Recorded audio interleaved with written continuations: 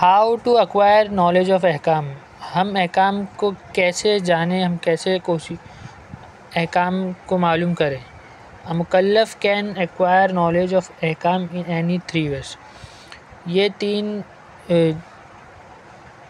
तीन तरीके हैं अहकाम जानने के: इज्तिहाद, एहतियात और तक़लीद। इज्तिहाद यानी अपनी पूरी कोशिश कर देना किसी चीज़ में। Inferring and deducing religious laws through source identified as reliable by Islamic jurists. A person who is competent enough for ijtihad is known as मुज्तहिद और फ़क़ीह। मतलब जो इस अहकाम की पूरी मालूमात करने की पूरी कोशिश करता है कुरान से, तो उसको हम मुज्तहिद बोलते हैं। इज्तिहाद करना और जो ये करता है उसको मुज्तहिद बोलते हैं। तौज़ीउल मसाइल is compiled in the light of इज्तिहाद। तौज़ीउल मसाइल किसी भी मरजा किराम की पूरी सारे फ़िक़ही अहकाम उसमें है। Therefore it is haram for a person who is not mujtahid to give his own opinion और वर्डिक्ट फतवा इन रिलीजियस मैटर। एक आदमी पर हराम हो जाता है रिलीजियस मैटर में कुछ भी अपना फतवा देना, अपना ओपिनियन देना। एहतियात,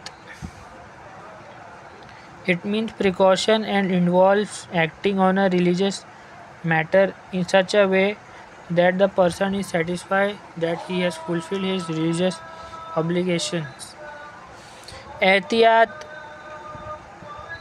यानी एहतियात करना, मतलब जो चीज़ आप नहीं जान पा रहे, मतलब किसी ने कुछ बोला है, आप किसी ने कुछ एक मरजा किराम के इसमें कुछ और लिखा है, मतलब मसाइल तौज़ील मसाइल में, और कोई दूसरा कुछ बोल रहा है, तो आप एहतियात का दामन थामें। ठीक है।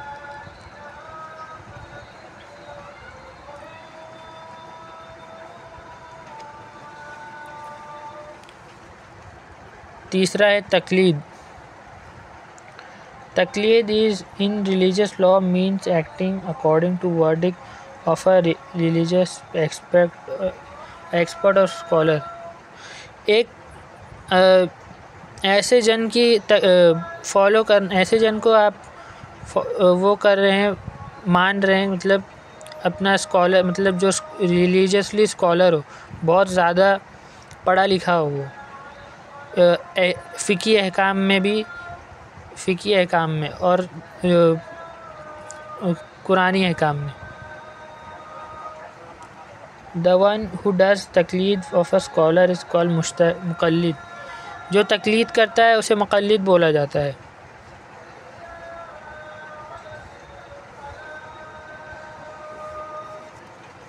तक़लीद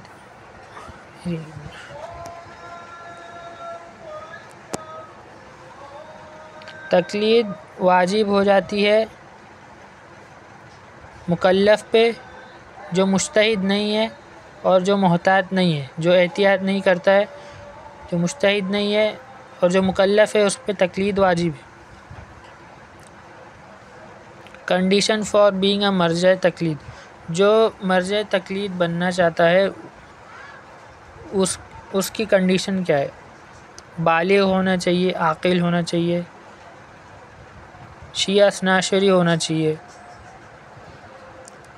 आदमी होना चाहिए। औरतों की तक़लीद नहीं कर जा सकती है।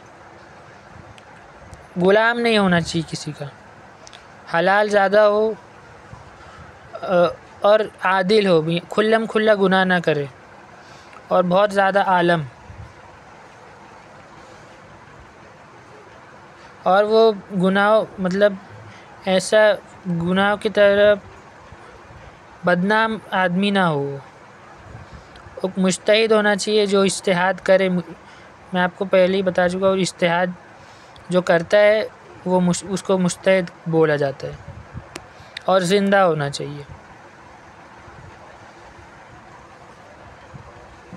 Adil is someone who deals with justice.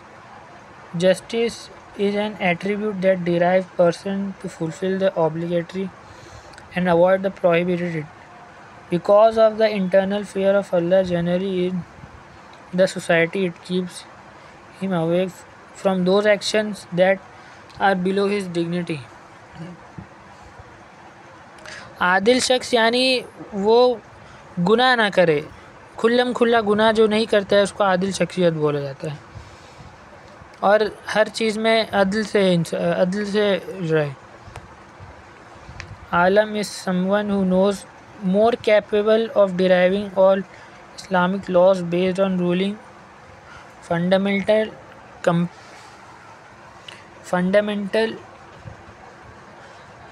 as compared to all other existent mujtahid.